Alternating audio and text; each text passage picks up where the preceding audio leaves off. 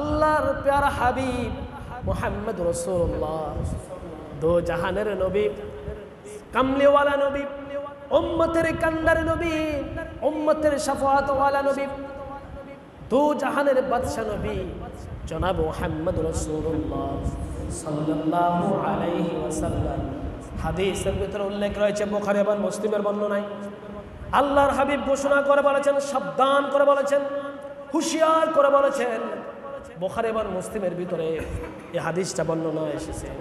আল্লাহর হাবিব বলেন, আলা ওয়া ইন্না ফিল জাসাদি মুদগাহ, আলা ওয়া ইন্না ফিল জাসাদি মুদগাহ, ইজা সালুহাত সালুহাল জাসাদু কুল্লু, ওয়া ইজাল ফাসাদু ওয়া ইজা ফাসাদাত ফাসাদ জাসাদু কুল্লু, আলা ওয়া হিয়াল কলব।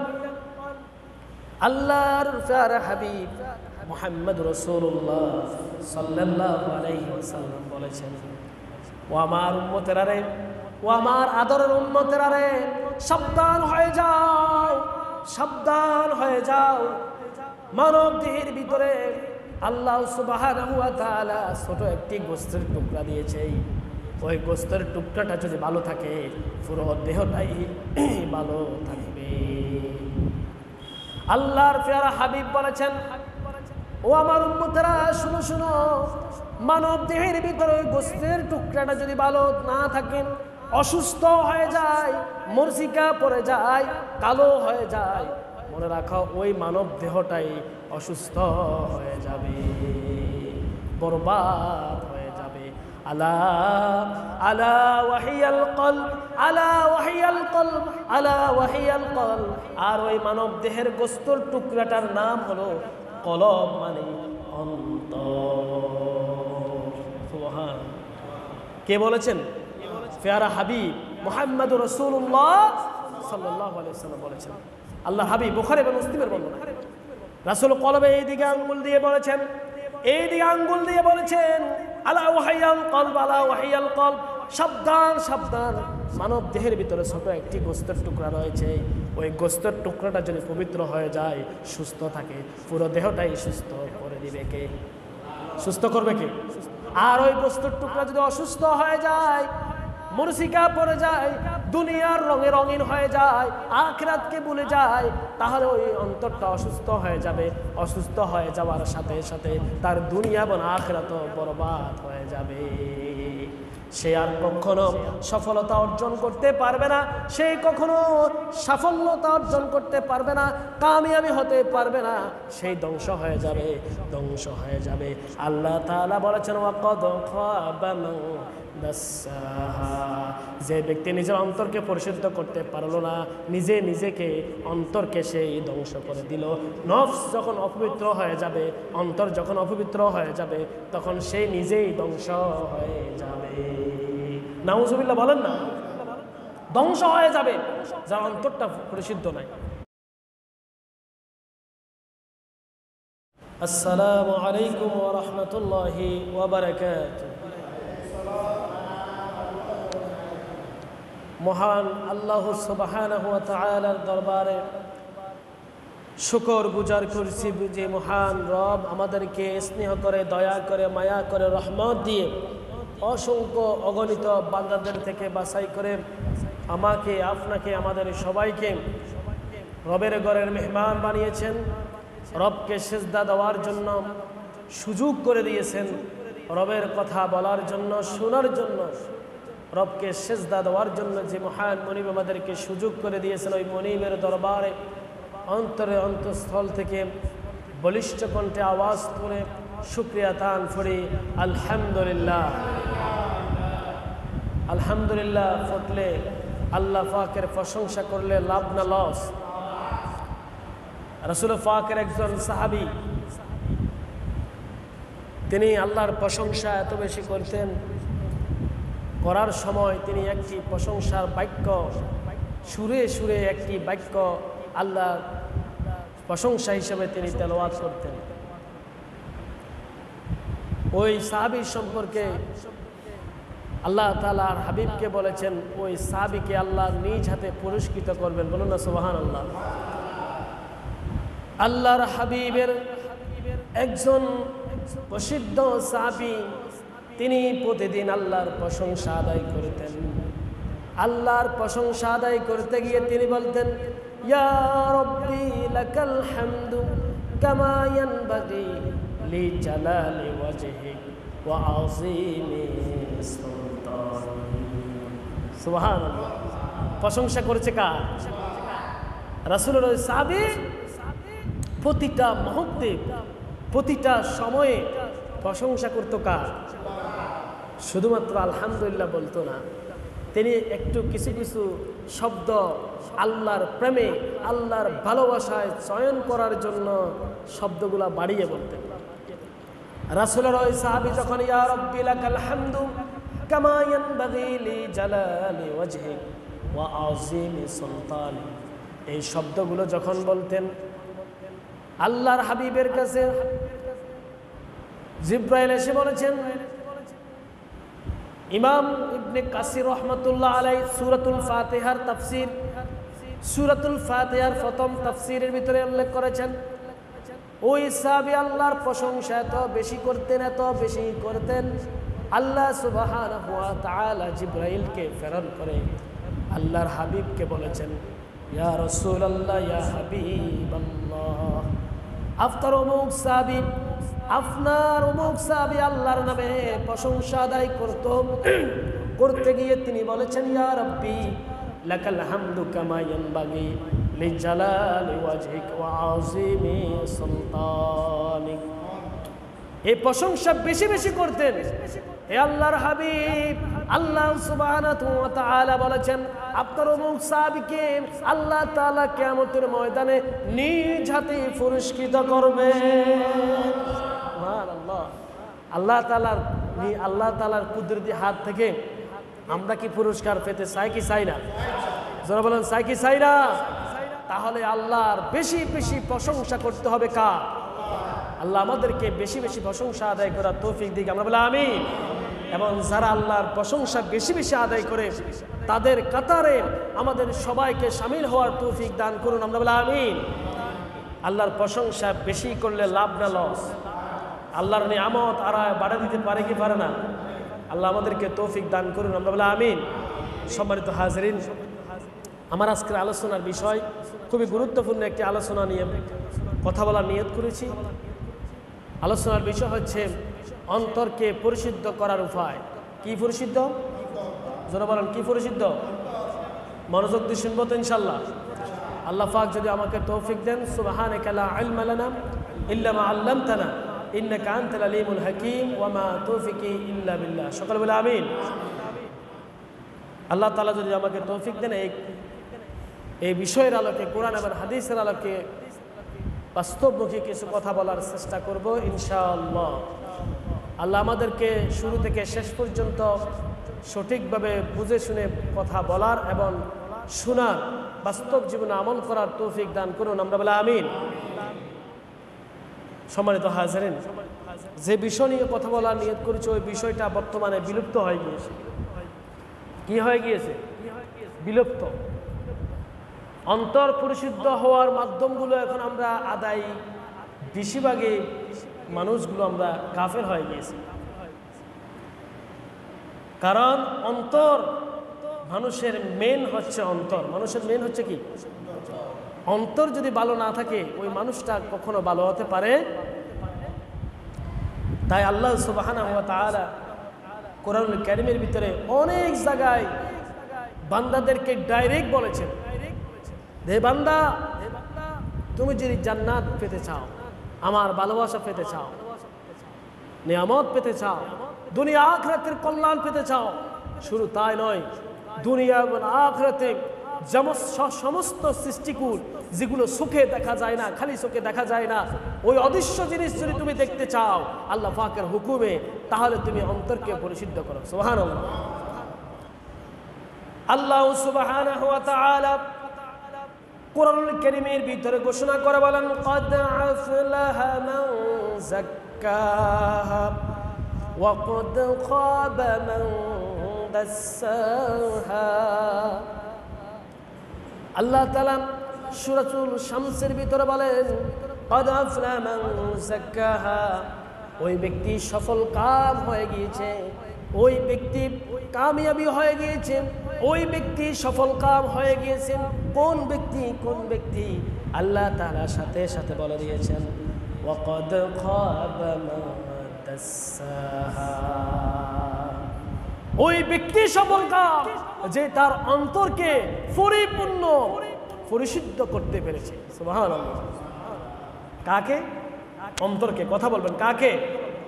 অন্তরকে। আমাদের কাছে অন্তর আছে না নাই? জরুর আছে না নাই? অন্তর মানেটা কি? আরবিতে বলা হয় কলব। আরবিতে কি বলা হয়? কলব। বাংলাতে বলা অন্তর, হার্ট, হৃদয়। আছে না নাই? অন্তর ছাড়া কোনো মানুষ আছে? অন্তর ছাড়া কোনো মানুষ নাই। আল্লাহ তাআলা বলেছেন ওই ব্যক্তি সফল কাম যে তার অন্তরকে পরিশুদ্ধ করে ফেলেছে। সফল কামটা কি? যে ব্যক্তি সফল কাম আল্লাহ নিজেই বলেছেন সফল হয়ে গিয়েছে, তার কিন্তু আর কোনো ভয় আছে? দুনিয়া এবং আখিরাতে কোনো ভয় ওয়ালা খাউফুন আলাইহিম ওয়ালা হুম ইয়াহজানুন। যার অন্তরকে পরিশুদ্ধ করতে পেরেছে আল্লাহ সুবহানাহু ওয়া তাআলা বলতেছেন তার দুনিয়া আখিরাতের কোনো ভয় নাই। সুবহানাল্লাহ বলা যাবে না? এবার আসুন, প্রত্যেকটা ফানি সৃষ্টি করেছেন আল্লাহ, তাদেরকে অন্তর দিয়ে পৃথিবীতে প্রেরণ করেছেন। অন্তরটা কি আমরা একটু ক্লিয়ার হয়নি? আমার ভাইয়েরা মনোযোগ দিয়ে আলোচনা শুনবেন, কারণ এটা গুরুত্বপূর্ণ আলোচনা করতেছি। আর যে বিষয় নিয়ে বলতেছি এই বিষয় বর্তমান অবস্থায় ম্যাক্সিমামে বিলুপ্ত হয়ে গিয়েছে প্রত্যেকটা জায়গায়। কয়েকটা জায়গা বাদ ব্যতীত প্রায় জায়গায় এই আত্মা পরিশুদ্ধ হওয়ার বিষয়গুলো বিলুপ্ত হয়ে গিয়েছে। নাউযুবিল্লাহ। আমরা এটা ফিরিয়ে আনতে হবে, কারণ মানুষ সফলতা অর্জন করা ছাড়া, কোনো মানুষ সফল কাম হওয়া ছাড়া, অন্তরকে পরিশুদ্ধ হওয়া ছাড়া জান্নাত পাবে? পাবে? গ্যারান্টি আছে? আমার ভাইয়েরা, একটু উদাহরণ দিলে বুঝবেন। পৃথিবীর বুকে যানবাহনগুলো, গাড়িগুলো রয়েছে, গাড়ি যেরকম ইঞ্জিন ছাড়া কোনো গাড়ি নাই। যেই গাড়ির ভিতরে ইঞ্জিন নাই ওই গাড়ি নয়। ওই গাড়ি শুধু সাধারণ বস্তু হয়ে থাকে, ওই গাড়ি কখনো চলবে না, ইঞ্জিনবিহীন গাড়ি চলে না। আর গাড়ির ভিতরে ইঞ্জিন যেরকম রয়েছে, গাড়ির ইঞ্জিন যদি ভালো থাকে গাড়িটাও ভালো থাকে। থাকে কি না? যারা ড্রাইভার আছেন তারা অনেকে জানেন যে কোনো গাড়ির যদি ইঞ্জিনটা ভালো থাকে তাহলে গাড়িটাও ভালো থাকে। আর যেই গাড়ির ইঞ্জিনটা ভালো থাকে না ওই গাড়িটা ও ভালো নাই, ঠিক মতো চলবে? গাড়ির ইঞ্জিন তো ভালো না, ঠিক মতো চলবে? চলবে না, কারণ ইঞ্জিনে সেই ঠিক নাই। ঠিক গাড়ির যেরকম ইঞ্জিন রয়েছে, মানব দেহর দিকে একটু তাকান। আপনার দেহ নামক একটি গাড়ি রয়েছে, এই দেহটার ভিতরে আল্লাহ তাআলা একটি ইঞ্জিন দিয়েছেন। ওই ইঞ্জিনের নাম হলো কলব, অন্তর। ইঞ্জিনের নাম হচ্ছে কলব, মানে অন্তর। ইঞ্জিনের নামটা কি? কলব, অন্তর। আপনার কাছে রয়েছে, আমার কাছে রয়েছে, সমস্ত মানুষের কাছে রয়েছে। যেভাবে গাড়ির ভিতরে ইঞ্জিন রয়েছে ঠিক তেমনি মানুষেরও ইঞ্জিন দিয়েছেন আল্লাহ সুবহানাহু ওয়া তাআলা। গাড়ির যেরকম ইঞ্জিনটা ভালো থাকলে পুরো গাড়িটাই ভালো থাকে, ঠিক তেমনি মানুষের ইঞ্জিনটা হলো অন্তর। ওই অন্তরটা যদি ভালো থাকে তাহলে ওই পুরো মানুষটাই দুনিয়া এবং আখিরাতে ভালো হয়ে যাবে। সুবহানাল্লাহ। তাহলে বোঝা গেল মানুষের অন্তর যেটা রয়েছে এটা হলো ইঞ্জিন। মানুষের কি? ইঞ্জিন। অন্তরটা কি? ইঞ্জিন। এবার আসুন আল্লাহর প্যারা হাবিব মুহাম্মদ রাসূলুল্লাহ, দো জাহানের নবী, কামলিওয়ালা নবী, উম্মতের কান্ডার নবী, উম্মতের শাফাআত ওয়ালা নবী, দো জাহানের বাদশা নবী জনাব মুহাম্মদ রাসূলুল্লাহ সাল্লাল্লাহু আলাইহি ওয়াসাল্লাম। হাদিসের ভিতরে উল্লেখ রয়েছে, বুখারী এবং মুসলিমের বর্ণনায় আল্লাহর হাবিব ঘোষণা করে বলেছেন, সাবধান করে বলেছেন, হুঁশিয়ার করে বলেছেন। বুখারী এবং মুসলিমের ভিতরে এই হাদিসটা বর্ণনা এসেছে। আল্লাহর হাবিব বলেন, আলা ওয়া ইন্না ফিল জাসাদি মুদগাহ, আলা ওয়া ইন্না ফিল জাসাদি মুদগাহ, ইযা সালুহাত সালুহাল জাসাদু কুল্লু, ওয়া ইযাল ফাসাদু ওয়া ইযা ফাসাদাত ফাসাদ জাসাদু কুল্লু আলা ওয়াহিয়াল কলব। আল্লাহর প্যারা হাবিব মুহাম্মদ রাসূলুল্লাহ সাল্লাল্লাহু আলাইহি ওয়াসাল্লাম বলেছেন, ও আমার উম্মতেরা রে, ও আমার আদরের উম্মতেরা রে, সাবধান হয়ে যাও, সাবধান হয়ে যাও। মানব দেহের ভিতরে আল্লাহ সুবহানাহু ওয়া তাআলা ছোট একটি গোস্তের টুকরা দিয়েছে। ওই গোস্তের টুকরাটা যদি ভালো থাকে, পুরো দেহটাই ভালো থাকবে। আল্লাহর প্যারা হাবিব বলেছেন, ও আমার উম্মতেরা শুনো শুনো, মানব দেহের ভিতরে গোস্তের টুকরাটা যদি ভালো না থাকে, অসুস্থ হয়ে যায়, মরছিকা পড়ে যায়, কালো হয়ে যায়, মনে রাখো ওই মানব দেহটাই অসুস্থ হয়ে যাবে, বরবাদ হয়ে যাবে। আলা আলা ওয়াহিয়াল কলব, আলা ওয়াহিয়াল কলব, আলা ওয়াহিয়াল কলব। আর ওই মানব দেহের গোস্তের টুকরাটার নাম হলো কলব, মানে অন্তর। সুবহান। কে বলেছেন? প্যারা হাবিব মুহাম্মদ রাসূলুল্লাহ সাল্লাল্লাহু আলাইহি ওয়াসাল্লাম বলেছেন। আল্লাহ হাবিব বুখারী এবং মুসলিমের বর্ণনা। রাসূল কলবে এইদিকে আঙ্গুল দিয়ে বলেছেন, এইদিকে আঙ্গুল দিয়ে বলেছেন, আলা ওয়াহিয়াল কলব, আলা ওয়াহিয়াল কলব। সাবধান সাবধান, মানব দেহের ভিতরে ছোট একটি গোস্তের টুকরা রয়েছে। ওই গোস্তের টুকরাটা যদি পবিত্র হয়ে যায়, সুস্থ থাকে, পুরো দেহটাই সুস্থ করে দিবে কে? সুস্থ করবে কে? আর ওই গোস্তের টুকরা যদি অসুস্থ হয়ে যায়, মরছিকা পড়ে যায়, দুনিয়ার রঙে রঙিন হয়ে যায়, আখিরাতকে ভুলে যায়, তাহলে ওই অন্তরটা অসুস্থ হয়ে যাবে। অসুস্থ হয়ে যাওয়ার সাথে সাথে তার দুনিয়া এবং আখিরাতও বরবাদ হয়ে যাবে। সে আর কখনো সফলতা অর্জন করতে পারবে না, সে কখনো সাফল্যতা অর্জন করতে পারবে না, কামিয়াবি হতে পারবে না, সেই ধ্বংস হয়ে যাবে, ধ্বংস হয়ে যাবে। আল্লাহ তাআলা বলেছেন, ওয়াকাদ খাবা মান দাসাহা। যে ব্যক্তি নিজের অন্তরকে পরিশুদ্ধ করতে পারলো না, নিজে নিজেকে অন্তরকে সেই ধ্বংস করে দিল। নফস যখন অপবিত্র হয়ে যাবে, অন্তর যখন অপবিত্র হয়ে যাবে, তখন সে নিজেই ধ্বংস হয়ে যাবে। নাউজুবিল্লাহ বলেন না, ধ্বংস হয়ে যাবে যার অন্তরটা পরিশুদ্ধ নাই। এখন বলুন তো, আমাদের যে অন্তর আল্লাহর দিয়েছেন, ওই অন্তরটা কতটুকু পরিশুদ্ধ রয়েছে? যে ভাই একটু সাউন্ডটা একটু বাড়া যাবে, কমে গেছে। আমাদের যে অন্তর রয়েছে, এবার আসুন পরিশুদ্ধ কেমনে হবে? শুনতে চান না কিনা? চান কি চান না? তাহলে মনোযোগ দিতে হবে কিনা? অন্য মনস্ক হওয়া যাবে? তাহলে অন্তরকে পরিশুদ্ধ করতে হবে কিভাবে? এটাও বলে দিয়েছেন কে? রব্বুল আলামিন আল্লাহ সুবহানাহু ওয়া তাআলা তিনি বলে দিয়েছেন কিভাবে তোমার অন্তরকে তুমি পরিশুদ্ধ করবে। বাস্তব আমার ভাইরা, বর্তমানে প্রেক্ষাপটে অন্তর জিনিসটাকে পরিশুদ্ধ বর্তমানে কম মানুষই আছে। এই অন্তরটাকে দুনিয়ার লোভে, দুনিয়ার রঙে রঙিন হয়ে গিয়েছে। অন্তরের ভিতরে অহংকারের পর্দা ঝুলিয়ে রয়েছে, অন্তরের ভিতরে হিংসার পর্দা ঝুলিয়ে রয়েছে। অন্তরটাকে এমন মরিচিকা পড়তেছে, গুনাহ করতে করতে অন্তরকে এমন ভাবে কালো করে ফেলেছি। অহংকারের গুনাহ, হিংসার গুনাহ, তাকাব্বুরি গুনাহ, লোভের গুনাহ আছে না নাই? আছে না নাই? এটা কি দিয়ে করা হয়? অন্তর দিয়ে করা হয়। কি দিয়ে? অন্তর, মন দিয়ে হয়। মন অন্তর একই কথা, এগুলা দিয়ে তো হয়। মন থেকে চিন্তা করি, অন্তর থেকে চিন্তা করি কার সম্পত্তি কখন দখল করব, ঠিক কিনা? কাকে কতটুকু হিংসা করব, কার প্রতি কিভাবে অন্যায়ভাবে সম্পত্তি দখল করে খাবো। আর আমি টাকাওয়ালা, পয়সাওয়ালা, সম্পদওয়ালা, এই ব্যক্তিটা গরিব, অসহায়, হিংসা করি। আছে না নাই? একে অপরের হিংসা, এই হিংসা, তাকাব্বুরি, অহংকারী, এই সমস্ত কারণে আমাদের অন্তরগুলো ধ্বংসের একদম শেষ সীমানায় পৌঁছে গেছে। তাহলে অন্তরটা দুনিয়ার ভিতরে, আমরা যখন দুনিয়াতে যখন চলে আসার আগে আল্লাহ তাআলা অন্তরকে পরিশুদ্ধ করে প্রেরণ করেছে। দেখবেন শিশু বাচ্চা যখন পৃথিবীতে আগমন করে, তার অন্তরটাই একদম পরিশুদ্ধ অবস্থায় থাকে। এই কারণে ওই সময় তার কোনো গুনাহ আছে নাই, কারণ অন্তরটাই তার পরিশুদ্ধ হয়ে গিয়েছে। তাহলে আপনার অন্তরটা যদি দুনিয়ার রঙে রঙিন না হয়ে আখিরাতের রঙে রঙিন যখন হয়ে যাবে, আল্লাহর ভয়ে যখন অন্তরে প্রবেশ করে ফেলবে, অহংকার বিমুখ হয়ে যাবে, অহংকার ছেড়ে দেবে, নিজে অহংকার মুক্ত হয়ে যাবে। এটাই চিন্তা করবে আমি কিসের অহংকার করতেছি, কিসের অহংকার আমার ভিতরেই, যে দেহটা, এই দেহ তো আমার না। আমার আপনাকে যে দেহ আছে, এই দেহ কি আমার?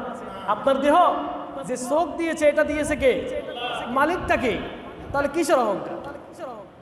যিনি সারা পৃথিবীর মালিক, যিনি আপনার আমার মালিক, যিনি আপনার হাতের মালিক, পায়ের মালিক, শরীরের মালিক, চোখের মালিক, কীর্তির মালিক, ওই রব্বুল আলামিন অহংকারে খাড়ায়। কারণ আপনাকে সম্পদের মালিক বানিয়েছে তিনি, শক্তি দিয়েছ তিনি, ঠিক কি না? না অন্য কেউ দিয়েছে? না বাবার দরবারে বাবা দিয়েছে? কথা বলেন না, ভগবানে দিয়েছে? কে দিয়েছে? বিশ্বাস আছে তো? তাহলে একটু লক্ষ্য করেন, আপনি কিসের অহংকার করেন? টাকার অহংকারে টাকা আপনার থাকবে না। সকালবেলার ফকির আবার বিকেলবেলা ধনী হয়ে যায়, আবার বিকেলবেলার ধনী সকালবেলার ফকির। আছে না নাই? এটা কার ক্ষমতা? এই রাজত্বটা কার? সকালবেলার রাজত্ব প্রেসিডেন্ট, আবার একই ব্যক্তি বিকালবেলার এমন অবস্থা হয়ে যায় রাষ্ট্রের নাগরিকত্ব ক্যান্সেল হয়ে যায়। আছে না না? পৃথিবীতে আছে না নাই? সকালবেলা সে ক্ষমতার দাপট, আর বিকালবেলা তার ক্ষমতা নাই। সকালবেলা সেই সারা একটা দেশের ভিতরে দেশের সেই কর্ণধার, ক্ষমতাবান, সেনাবাহিনী বলেন, নৌবাহিনী বলেন, ওর ভিতরে জেনারেল প্রধান, সেনাবাহিনীর প্রধান হয়। আবার একই ব্যক্তি বিকেলবেলা সেই একদম সেনাবাহিনীর চাকরিও শেষ। আছে না নাই? তাহলে এই ক্ষমতাটা কার? তাহলে আমরা কেন এই অহংকারটা দেখাই নিজের অন্তরটাকে কালো করে ফেলতেছি, জাহান্নামের দিকে চলে যাচ্ছি? কারণটা কি? তাহলে আসুন আমরা অন্তরকে পরিশুদ্ধ করতে হলে আল্লাহ তাআলা আমাদেরকে বলে দিয়েছেন কিভাবে অন্তরকে পরিশুদ্ধ করবে। আল্লাহ তাআলা বলেন, ক্বাদ আফলাহা মান তাযাক্কা ওয়া যাকারা ইসমা রাব্বিহি ফাসাল্লা। আল্লাহ তাআলা বলেন, তুমি কামিয়াবি হতে পারবে, তুমি সফল কাম হয়ে যাবে, অন্তরগুলো পরিশুদ্ধ করতে পারবে। তুমি কাজ হতে হবে, এক নাম্বার হলো ওয়া যাকারা ইসমা রাব্বিহি ফাসাল্লা, আল্লাহর হুকুম অনুযায়ী দুনিয়াতে চলবে। দ্বিতীয় নম্বর হলো 24 ঘন্টা আল্লাহর জিকিরে মগ্ন থাকবে। সুবহানাল্লাহ বলেন। কাজ জিকির হবে। কাকে স্মরণ করবেন? আপনি যখন আদালতে থাকবেন কাকে স্মরণ করবেন? বিচার করার সময় কাকে স্মরণ করবেন? অন্যের সম্পত্তি যখন দখল করতেছেন তখনও কাকে স্মরণ করবেন? যখন অবৈধ সম্পত্তি ফাহাদ করেন ওই সময় স্মরণ করতে হবে কাকে? কারণ আপনি আল্লাহকে স্মরণ করতে হবে, কারণ আপনি যে অবস্থায় থাকেন সেই অবস্থায় আল্লাহ আপনাকে দেখতেছে। এটাই হলো আল্লাহর স্মরণ। এটাই হলো কি? আল্লাহ তাআলার স্মরণ। এখন যে ব্যক্তি অফিসে আদালতে ঘুষ খায়, ওই ব্যক্তি যদি অন্তরে যদি কামনা করে যে আমি যে ঘুষটাতে খাইতেছি আমার আল্লাহ দেখতেছে, এটা দেখার পর যে আল্লাহ কেউ না দেখলেও আল্লাহ দেখতেছে, এই বই যখন অন্তরে চলে আসবে সে আর ঘুষ খাবে। এটা হলো জিকির। যে ব্যক্তি সুদ খায় এবং সুদ গ্রহণ করে, সুদ দেওয়া নেওয়া, সুদের সাক্ষী দেওয়া, সুদের কম্পোজ করা কম্পিউটারে, একই ব্যক্তি একই গুনাহ হয়ে যায়। একই গুনাহ। অনেক কম্পিউটার ম্যান আছে সুদের কাজ কারবারগুলো টাইপ করে, আছে না নাই? কথা বলেন, আছে না? যে এখন তো আর হাতে লেখা এমন লেখা হয় না, এখন কম্পিউটারে যাই লেখে, ভাই আমার এই এত টাকার একটু এটা কট দেওয়া হয়, কি কটনি বলে এখন, তো সুদের এটা লেখি দাও, কম্পিউটার ম্যানের কাছে লিখে দেয়। তো কম্পিউটার ম্যান হে নিজে লিখতেছে, জানা না কিসের লেখা লিখতেছে। আল্লাহ রাসূল বলেছেন ওই ব্যক্তির প্রতি না লত, ওই ব্যক্তির প্রতি না লত যে সুদ খায়, সুদ দেয়, সুদ লেখে। আপনি তো কম্পিউটার কম্পোজ করতেছেন, একই তো গুনাহ, ঠিক কিনা? সাবধান হয়ে যাবেন ভাই, আপনার মনে অজান্তে তো সুদের গুনাহ হয়ে যাচ্ছে। তাহলে একটু আসুন, যখন সুদ খান, সুদ দেন, সুদ গ্রহণ করেন, সুদের কম্পোজ করেন, ওই সময় আল্লাহর জিকির থাকতে হবে, আল্লাহকে স্মরণ করতে হবে, স্মরণ করার পরে আল্লাহ দেখতেছে আরে কি করতেছে। আপনি যখন রাতের অন্ধকারে অবৈধ কাজকর্ম করতেছেন, রাতের অন্ধকারে চুরি বাটপারি কালোবাজারি আছে না নাই, ওই সময় দেখতেছে কে? আপনি মনে করবেন পৃথিবীর কেউ না দেখলেও, পুলিশে দেখে না, প্রশাসনে দেখে না, কোনো জনগণেও দেখেন না, সম্পত্তি জনগণের সম্পত্তি মেরে খাইতেছি, জনগণ তো দেখতেছে না, আছে না নাই? চাল ডাল গম সরকারি সম্পদ মেরে খাইতেছি, কেউ না দেখলেও দেখে কে? কিন্তু আমরা মনে করি জনগণ তো দেখে না, প্রশাসনও দেখে না, ঠিক কিনা? রাস্তাঘাটের টাকা পয়সা, সিমেন্ট বালু কঙ্কর ইট আছে না নাই, সবগুলো রাতের অন্ধকারে পাচার হয়ে যায়, কিন্তু তারা মনে করে প্রশাসনে দেখে না, এমপি মিনিস্টারও দেখে না, জনগণেও দেখে না, কিন্তু তারা একটাবার ধারণা করে না দেখতেছে কে। কারো চোখে পাখি দিলে একজনের চোখে পাখি দেওয়া যায় না, তিনি কে? আল্লাহ তাআলা বলেছেন কদ আফলাহা মান তাযাক্কা ওয়া যাকারা ইসমা রাব্বিহি ফাসাল্লা। তুমি যদি সফলতা অর্জন করতে চাও, অন্তরকে পরিশুদ্ধ করতে চাও, এক নাম্বার আল্লাহকে স্মরণ করো। প্রতিটা মুহূর্তে, প্রতিটা কাজে কর্মে আল্লাহ তোমাকে দেখতেছে, এই স্মরণটা তুমি করো, তাহলে তোমার অন্তরকে পরিশুদ্ধ করে দিবে কে? এবার আসুন, দ্বিতীয় নম্বর হচ্ছে আল্লাহ তাআলার নামে একনিষ্ঠভাবে সালাত আদায় করা। সালাত, আমাদের যে সালাত আদায় করতেছি, এটা সঠিকভাবে সালাত আদায় হচ্ছে না, আনুষ্ঠানিক সালাত। আনুষ্ঠানিক সালাত, সালাত সম্পর্কে অনেক আলোচনা করেছি। আনুষ্ঠানিক সালাত হচ্ছে, কিন্তু এই সালাত সত্যিকারের সালাত আমাদের হচ্ছে না। যে সালাতে আপনার গায়ের ভিতরে মশা মরে, আপনি ওই মশাটাও নিজের হাতে মারতে চান, আছে না নাই? মশা বসার সাথে সাথে আপনার সালাতের দিকে অন্য মনস্ক হয়ে যান, আছে না নাই? সালাতের দ্বারাই দোকানের হিসাব করি, আছে না নাই? তাহলে এই সালাত কিন্তু সালাত নাই, হাকিকতের সালাত আমাদের হচ্ছে না, এই কারণে অন্তর পরিশুদ্ধ হচ্ছে না। এবার আসুন, জিকিরের ভিতরে দুইটা, এক হচ্ছে আল্লাহ তাআলার জিকির 24টা ঘন্টায় প্রত্যেকটা কাজে কাকে স্মরণ করা। দ্বিতীয় নম্বর হলো আল্লাহ তাআলার সিফাতি নামের জিকির।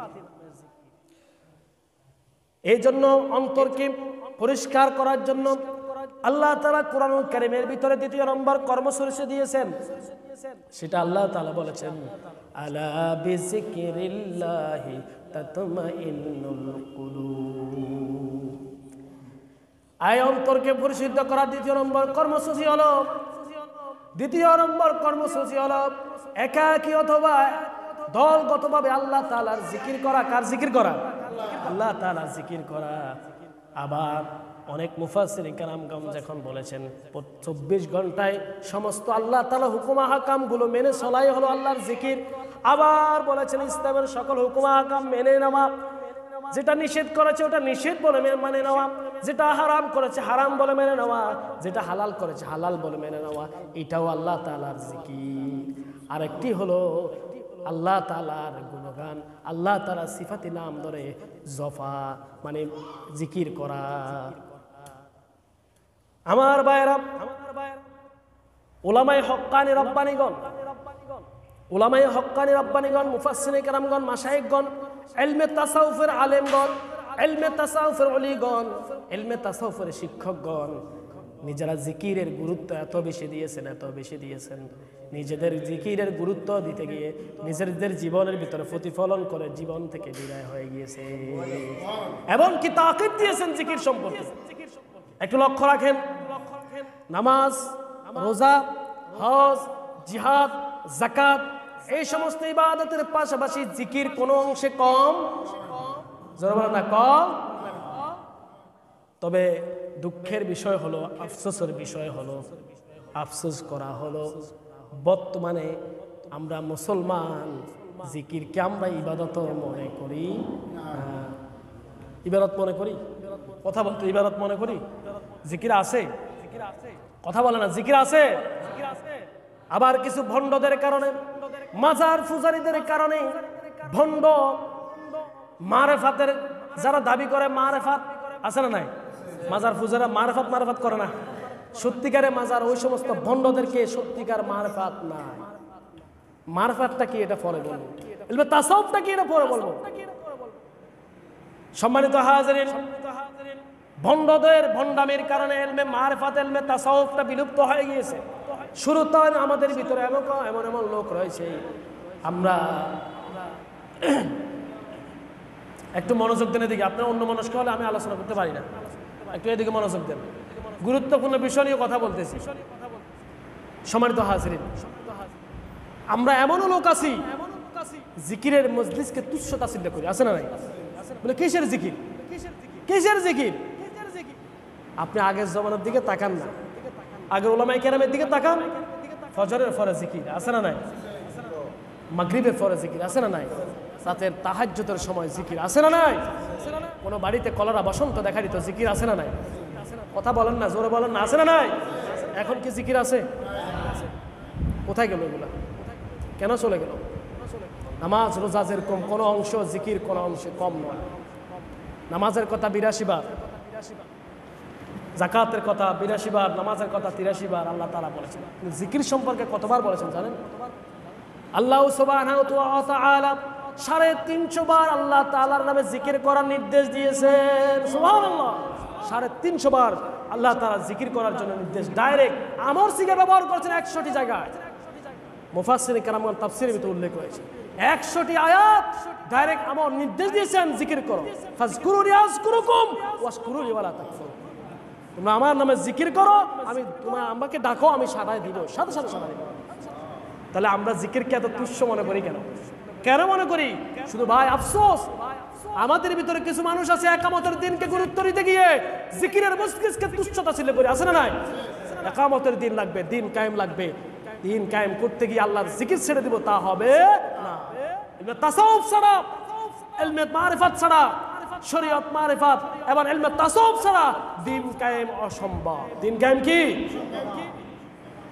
রাসূলের সাহাবায়ে কেরাম দিন প্রচার করেছে, রাসূলের সাহাবায়ে কেরাম রাষ্ট্রপতি ছিলেন, রাসূলের সাহাবায়ে কেরাম দেশ শাসন করেছেন, করেছেন কিনা? করেছেন। রাসূলের সাহাবায়ে কেরাম হযরত আমিরুল মুমিনিন ওমর ইবনে খাত্তাব রাদিয়াল্লাহু তাআলা আনহু মসজিদে নববীর ভিতরে মিম্বারে বসেই তিনি খুতবা দিচ্ছেন। খুতবা চলাকালীন হঠাৎ করে বলে উঠলেন, ইয়া শারিয়াতুল জামাল, ইয়া শারিয়াতুল জামাল, তিনবার বলেছেন।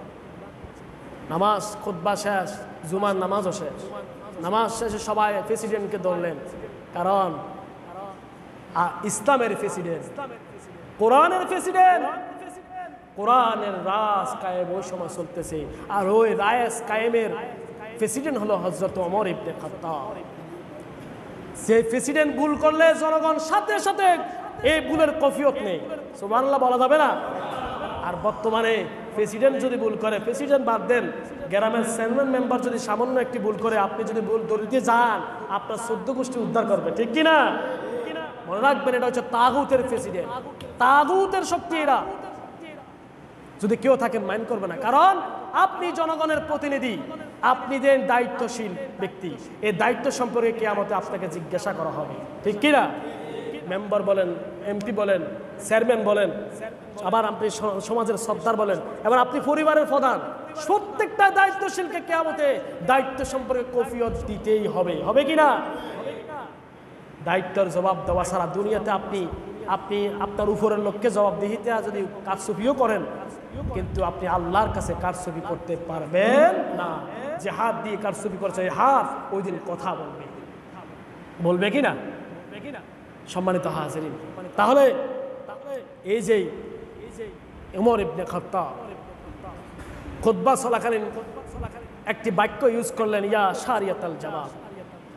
নামাজ শেষ, সাহাবীরা জিজ্ঞাসা করলেন, আমিরুল মুমিনিন ওমর ইবনে খাত্তাব, রাসূলুল্লাহ তো খুতবা চলাকালীন এরকম কোনো কথা বলে নাই, আপনি দুনিয়াবি এই কথাটা বললেন কেন? জবাব দেন, সুবহানাল্লাহ বলেন না। প্রেসিডেন্টের কাছে জবাব চাচ্ছে কে? মায়েরমুখী আচরণ, সম্মান সূচক ঠিক, কিন্তু যদি ইসলামের কোনো গন্ডায় ভুল হয়, জনগণ এটা রেহাই করে, কারণ এটা হলো ইসলামের জনগণ, ইসলামের প্রেসিডেন্ট। ভুল করবে, ভুল ধরতেই আপনি জবাবদিহি করতেই হবে। ওমরকে যখন প্রশ্ন করলো, ওমর বলো, আমার রাসূলের সাহাবীরা, ও আমার জনগণেরা, শোনো শোনো, তোমরা কি জানো না, ইয়ামেন দেশে আমি আমার ইসলামের বিজয়ের জন্য আমি যুদ্ধের ময়দানে আমি প্রায় অনেক সৈন্য প্রেরণ করেছি। আমি দেখতে পেলাম আমার যুদ্ধের সেনাপতি হলো শারিয়া রাদিয়াল্লাহু তাআলা আনহু, সে হলো সেনাপতি। ফাড়ের অন্য দেশ থেকে কাফের মুশরিকরা আমার ওই সেনাপতিকে হামলা করার প্রস্তুতি নিচ্ছে। আমি এটা চোখে দেখলাম, খুতবা চলাকালীন হঠাৎ আমার চোখে ভেসে উঠলো, প্রায় 500 কিলোমিটার দূর থেকে আমি দেখতে পেলাম। দেখার পর আমি সাথে সাথে শারিকা ডাক দিলাম, এই ইয়া শারিয়াতুল জাবাল, জাবালের অন্য প্রান্তে দেখে তোমাকে আক্রমণ করতেছে কাফেররা, সাবধান হয়ে যাও। এটা বলার পর সাথে সাথে শারিয়া সাবধান হয়ে গেছে। সুবহানাল্লাহ। তখন সাহাবীরা বললেন, ঠিক কথা বলেছেন। এখন আপনাদের কাছে প্রশ্ন, ওমর ইবনে খাত্তাব মদিনার মিম্বারে বসে দাঁড়িয়ে তিনি খুতবা দিচ্ছেন, 500 কিলোমিটার দূরত্বের ওই দৃশ্যটা সে কিভাবে দেখলো? বলেন না, কিভাবে দেখলো? সে অন্তরচক্ষু দিয়ে দেখেছে। আরে ভাই, অন্তরচক্ষুর কথা বললে এখন বন্ডামের দিকে চলে যান। ভণ্ড বলেন, ঠিক কিনা? আছে না? তাসাউফের জ্ঞান আমাদের কাছে নাই। এখন বর্তমানে পড়ালেখা এরকম হয়ে গেছে, তাসাউফের পড়ালেখা বাদ দিয়ে দিয়েছি। শুধু মনে করি নামাজ রোজা পড়লে জান্নাতি, এত সহজ। আল্লাহ তো যদি এরকম হতো তাহলে আল্লাহ বলতো না কাদ আফলাহা মান যাক্কাহা, বলতো? সম্মানিত হাজিরিন, তাহলে অন্তর সূক্ষ্ম যদি আপনার যদি পরিশুদ্ধ না হয়, অন্তর যদি পরিশুদ্ধ না হয়, তাহলে দুনিয়া আখিরাতের আপনি নাজাত পেতে কষ্ট হয়ে যাবে, ঠিক কিনা? সম্মানিত হাজিরিন, আসুন এই যে জিকিরটা আমরা এত কেন তুচ্ছ তাচ্ছিল্য করে ফেলেছি? আল্লাহ তাআলা নিজেই জিকির করার, কোন সময় জিকির করবে বেশি বেশি, ওই সময়টাও আল্লাহ নিজেই উল্লেখ করেছেন। আল্লাহ তাআলা মুমিনদেরকে ঘোষণা করে বলেছেন, আল্লাহ তাআলা ঈমানদারদেরকে ঘোষণা করে বলেছেন, ইয়া আইয়ুহাল্লাযীনা আমানু যকুরুল্লাহ যিকরান কাসীরা ওয়া সাব্বিহুহু বুকরাতাও ওয়া আসীলা। আল্লাহ ঈমানদারদেরকে বলেছেন, কাদেরকে? জোরে বলেন না, কাদেরকে?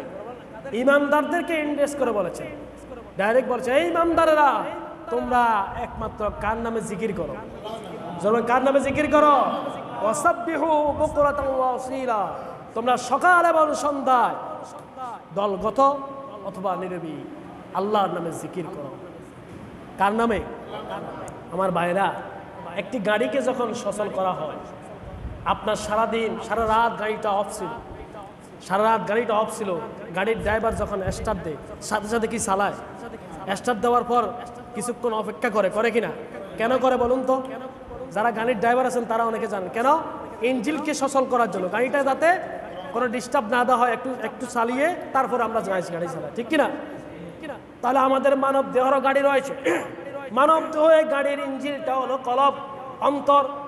এই অন্তরটাকে আপনি সচল রাখার জন্য আল্লাহ সুবহানাহু ওয়া তাআলা বলেছেন, ওয়াসাব্বিহু বুকরাতাও ওয়া আসীলা। এই অন্তরটাকে পরিশুদ্ধ করার জন্য, সচল রাখার জন্য সকাল সন্ধ্যা কার নামে জিকির করো? আল্লাহর নামে জিকির করার নির্দেশ দিয়েছেন কে? কাকে বলেছেন? মুমিনদেরকে। কাকে? মুমিনদেরকে। আর এই জিকিরের বাক্যগুলো কি হবে এটাও আল্লাহ বলে দিয়েছেন, সুবহানাল্লাহ, আলহামদুলিল্লাহ, লা ইলাহা ইল্লাল্লাহ। বলুন না, সুবহানাল্লাহ, আলহামদুলিল্লাহ, লা ইলাহা ইল্লাল্লাহ। জিকির মন দিয়ে, ধ্যানের সহিত। কারণ আপনি যে গুনাহ করতেছে, গুনার দিকে তাকিয়ে আল্লাহ কেউ না দেখলে আমাকে দেখতেছে কে?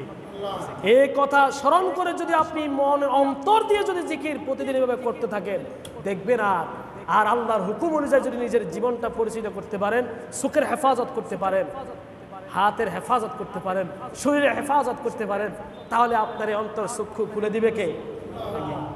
এইবার আসুন রাসূলুল্লাহ কি বলেছেন শুনুন। ইবলিস আমাদেরকে জান্নাতের পথে আসতে দেয় না। প্রকাশ্য শত্রু হলো ইবলিস। প্রকাশ্য শত্রু কি? ইবলিস। ইবলিস শয়তান আমাদের প্রকাশ্য শত্রু। আপনি যে কোনো কাজ করবেন, ওই কাজে প্রথম নম্বর বাধা দিবে কে? শয়তান, ইবলিস শয়তান, ঠিক কিনা? আর ইবলিস শয়তানের ভিতরে বড় যে শয়তান ইবলিস, ওর বাড়ি অগ্নিগিরির মাঝখানে, আর তার সন্তান হলো 6টা। এই 6টা এক একটা কাজ তাদেরকে ভাগ করে দিয়েছে। কিছু ইবলিসের শয়তান নামাজের ভিতরে থাকবে, ওয়াসওয়াসা দিবে, কিছু অন্তরের ভিতরে থাকবে, রাসূল বলেছেন, আল্লাহর হাবিব বলেন, আশ-শাইতানু জাসিমু আলা কলবি ইবনে আদম, আশ-শাইতানু জাসিমু আলা কলবি ইবনে আদম ইজা যাকারাল্লাহ খানাসা ওয়া ইজা গাফালা ওয়াসওয়াসা। আল্লাহ রাসূল বলেছেন, ইবলিস শয়তান, কিছু কিছু শয়তান বনি আদমের অন্তরের ভিতরে হাঁটু কেড়ে বসে থাকে, বনি আদমের অন্তরগুলো বাড়ি বানিয়ে ফেলে, শক্ত করে বসে থাকে। যখন ইজা যাকারাল্লাহ খানাসা ওয়া ইজা গাফালা ওয়াসওয়াসা, যখন ওই বনি আদম আল্লাহর জিকিরে মগ্ন হয়ে যায়, সালাত আদায়ের মগ্ন হয়ে যায়, আল্লাহ তাআলার স্মরণে মগ্ন হয়ে যায়, আল্লাহ তাআলার সিফাতি নামে জিকিরে মগ্ন হয়ে যায়, তখন ওই শয়তান আর থাকতে পারে না, অন্তর থেকে সে দৌড়ে পালায়। সুবহানাল্লাহ, অন্তর থেকে সে দৌড়ে পালায়, সে আর থাকতে পারে না। যখন কোন বনি আদম বলে আল্লাহু আকবার, সুবহানাল্লাহ, আলহামদুলিল্লাহ, লা ইলাহা ইল্লাল্লাহ, আল্লাহু আকবার, লা হাওলা ওয়ালা কুওয়াতা ইল্লা বিল্লাহ, এভাবে জিকির যখন করা শুরু করে দেয়, আল্লাহ তাআলার সিফাতি নামে আল্লাহ তাআলাকে স্মরণ করে, আল্লাহ তাআলার ক্ষমা লাভের আশায়, তখন আর শয়তানে অন্তরে থাকতে পারে না। ওয়াইজা গাফালা ওয়াসওয়াসা, আল্লাহর হাবিব বলেছে, ওয়াইজা গাফালা ওয়াসওয়াসা, যখন বনি আদম আল্লাহর জিকিরগুলো ছেড়ে দেয়, আল্লাহর হুকুমগুলো ছেড়ে দেয়, আল্লাহ তাআলার জিকির সিফাতি নামের জিকিরগুলো ছেড়ে দেয়, হুকুমগুলো ছেড়ে দেয়, হুকুম থেকে দৌড়ে, হুকুম থেকে সে পলায়ন করে, তখন শয়তান তার অন্তরগুলোকে হাঁটু গেড়ে শক্ত করে বসে থাকে। ওই বনি আদম অন্তরকে শয়তানের বাড়ি বানিয়ে ফেলে, আর সেই শক্ত করে বসে বসে ওয়াসওয়াসা দিতে থাকে। তার কাছে নামাজ ভালো লাগবে না, তার কাছে হজ ভালো লাগবে না, তার কাছে জিকির ভালো লাগবে না, তার কাছে জুমার খুতবা ভালো লাগবে না, আলোচনা ভালো লাগবে না, তার কাছে জুমার নামাজ ভালো লাগবে না, 5 ওয়াক্ত নামাজ ভালো লাগবে না, আল্লাহর হুকুমগুলো ওই ব্যক্তির কাছে ভালো লাগবে না, তার কাছে ভালো লাগবে শয়তান মনের ভিতর, অন্তরের ভিতরে বসে ওয়াসওয়াসা দিবে। এখন নামাজের অনেক দেরি আছে, এখন হুজুরও খুতবা দেয় না, এখনো যাইস না, আছে না? এখনো আজান দিয়েছে, পরে নামাজ পড়িস, যখন সময় পার হয়ে যায় না, এখন পড়িস, আরো পরে পড়িস, এরপরে সময় যখন অতিবাহিত হয়, শয়তান বলে, না আজকে পড়িস না, কালকে তুই পড়িস, আছে না নাই? এরপরে শয়তান বসে বসে বলে, নামাজ ভালো লাগতো না, গান কর, গান শিখ, গান গা। মোবাইল ভিতরে চলে যায়, মোবাইল যখন ধরে টিপা শুরু করে দেয়, আর সহজে বের হতে পারে, আছে না নাই? যুবক বলেন, বৃদ্ধ বলেন, এখন মোবাইলে আসক্ত বেশি, কম না বেশি?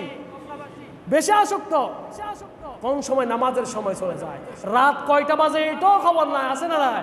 বিশেষ করে যুবকদের এই ব্যারাম, অসুস্থ বেশি হয়ে গেছে। যুবক ভাই, অন্তরটা আপনার এখনো পরিষ্কার কিছুটা রয়েছে, এখনো মরিচিকা ভালো করে পড়ে নাই, পড়ার আগে যদি আপনি মরিচিকা ফালিয়ে দেন, বাকি জীবন আপনার কষ্ট হয়ে যাবে, ঠিক কিনা? সারা রাত জেগে জেগে মোবাইলের ভিতরে টিপতেছেন, আর শয়তান ওয়াসওয়াসা দিচ্ছে, দেখে সবাই ঘুমায় গিয়েছে, আস্তে আস্তে মোবাইলের একটা পর একটা অ্যাপসের ভিতরে ঢুকতেছে, ঢুকতে ঢুকতে খারাপ জায়গায় চলে গেছে, আছে না নাই? কোথায় যাচ্ছেন? অন্তরটা শেষ করে দিচ্ছেন। শয়তান বসে বসে ওয়াসওয়াসা দিচ্ছে, কারণ আপনার আল্লাহর জিকির ছেড়ে দেওয়া হয়েছে, ঠিক কিনা? এবার আসুন, এত ব্যারাম, এত অসুস্থ কারণটা কি? কারণ কি? আমরা আল্লাহর জিকির ছেড়ে দিয়েছি, আল্লাহর জিকির ছেড়ে দিয়েছি ভাই। আল্লাহর জিকির ছেড়ে দেওয়ার কারণে এই আমাদের দশা। সুলতান আল্লাহর হাবিব আবার বলেছেন, মিশকাত শরীফের বর্ণনায় কিতাবুদ দাওয়া, কিতাবুদ দুআর ভিতরে উল্লেখ রয়েছে, পর্ব নম্বর 9 নম্বরে আল্লাহ রাসূল বলেছেন, কুল্লু শাইইন মিসকালাতিন ওয়া মিসকালাতিন কুলুবি যিকরিল্লাহ, কুল্লু শাইইন মিসকালাতিন ওয়া মিসকালাতিন কুলুবি যিকরিল্লাহ। প্রত্যেকটা বস্তু পরিষ্কার করার একটা ব্রাশ রয়েছে, পরিষ্কার করার জন্য বস্তু রয়েছে। আপনার গায়ের ভিতরে ময়লা হয়েছে, সাবান দিয়ে পানি দিয়ে ধৌত করলে পবিত্র হয়ে যায়, হয় কিনা? পোশাকে নোংরা হয়েছে, পোশাকটা সাবান দিয়ে ধুলে পবিত্র হয় কিনা? জোরবল হয় কিনা? শরীরে নোংরা লেগেছে, পানি দিয়ে ধৌত করলে পরিষ্কার হয়ে যায়, উযু করছেন, আপনি পবিত্র হয়ে গেছেন, ঠিক কিনা? কিন্তু এবার আসলে অন্তর যখন আপনার অপবিত্র হয়ে যায়, আল্লাহর হাবিব বলেছেন, অন্তর যখন তোমার অপবিত্র হয়ে যায়, দুনিয়ার কোনো পানি দিয়ে, দুনিয়ার কোনো বস্তু দিয়ে তোমার অন্তরটাকে পরিষ্কার করতে পারবে না। এই অন্তরকে পরিষ্কার করার একটি ব্রাশ রয়েছে, পরিষ্কার করতে একটি রাসায়নিক পদার্থ রয়েছে, ওই রাসায়নিক পদার্থের নাম হলো মিসকাতুন কুলুবি যিকরিল্লাহ, আল্লাহ তাআলার জিকির। আল্লাহ তাআলার জিকির নামক রাসায়নিক দিয়ে আপনার অন্তরকে পরিশুদ্ধ করতে হবে।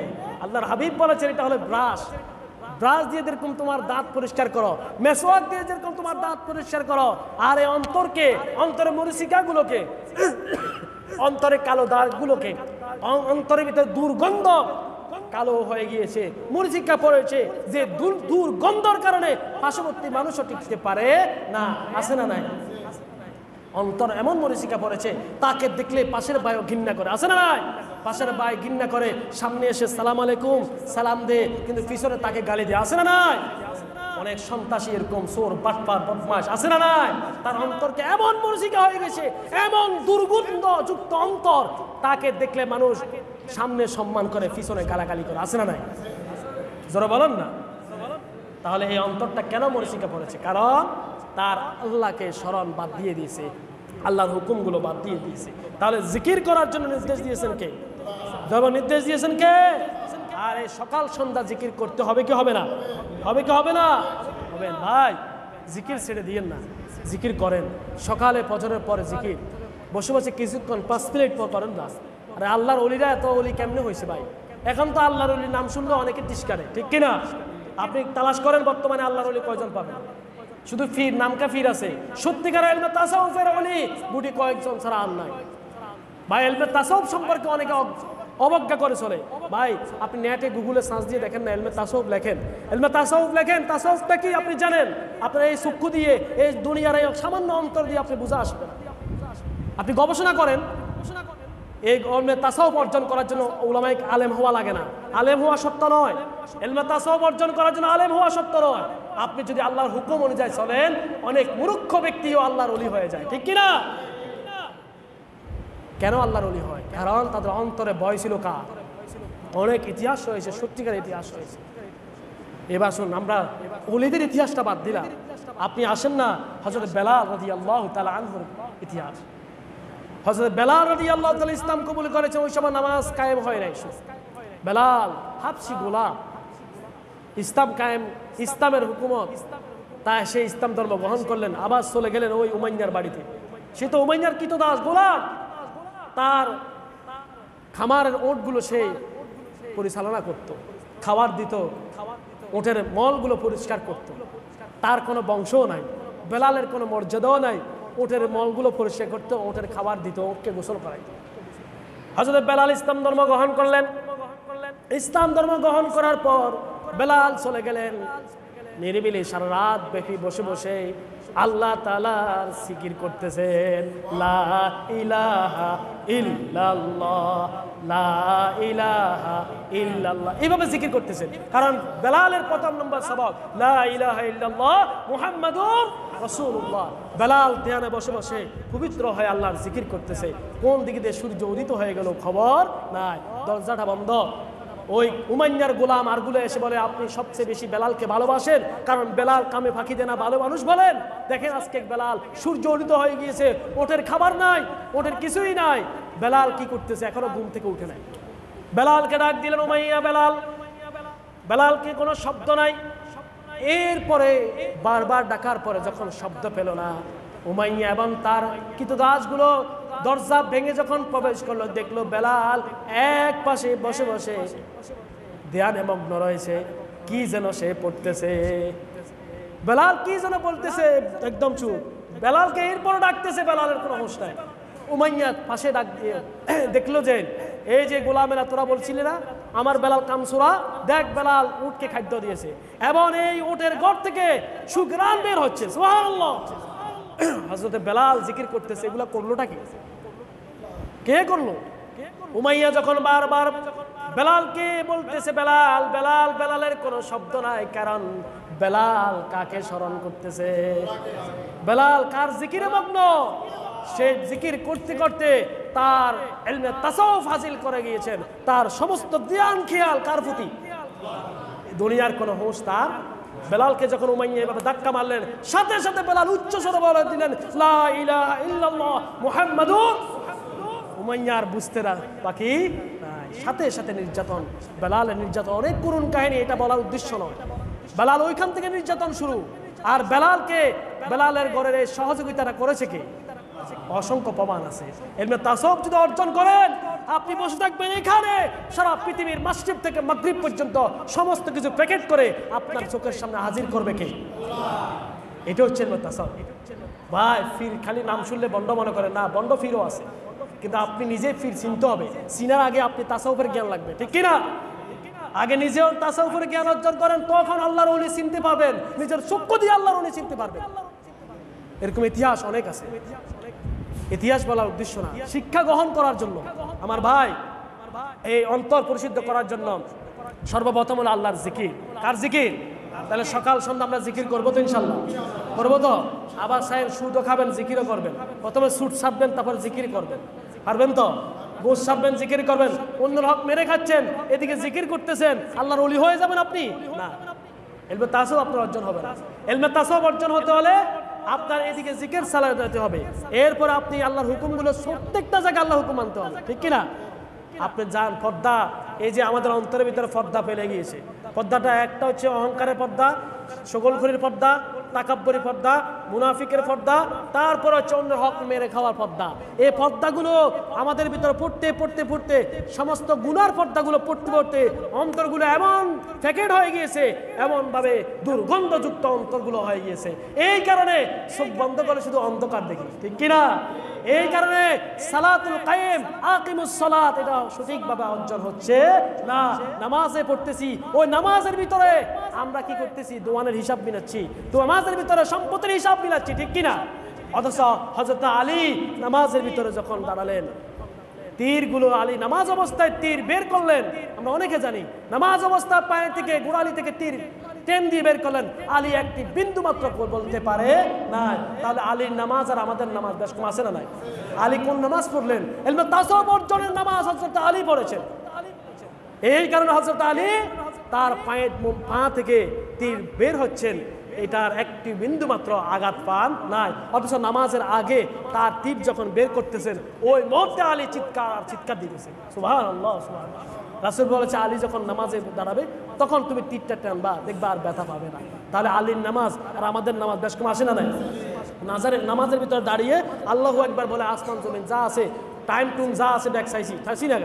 একটু গরম লাগে, ফাঁকা চলের কিনা, কয়টা ফাঁকা চলে, এসি চলে কিনা, এটাও চাই, আছে না না? এগুলা নামাজ না, এগুলা আনুষ্ঠানিক নামাজ। এগুলা থেকে ফিরে আসুন সম্মানিত হাজিরিন। এরপরে তাহলে অন্তর পরিশুদ্ধ হওয়ার জিকির কর্মসূচি আরো অনেক কিছু আছে। আর অন্তর হলো 5 প্রকার। কয় প্রকার? মানুষের অন্তর 5 ভাগে বিভক্ত, কোরআন হাদিস সম্মত। এই আবাকি আলোচনা সামনের জুমা করব। এবার এই অন্তর যে 5 ভাগে, এই আগামী জুমা মিলাবেন যে কার অন্তর কিরকম আছে। আপনি নিজে কোরআন হাদিসের দলিল দ্বারা বলবো ইনশাল্লাহ, মিলাবেন কার অন্তর কতটুকু। ওই অন্তর অনুযায়ী ওষুধ দিবেন।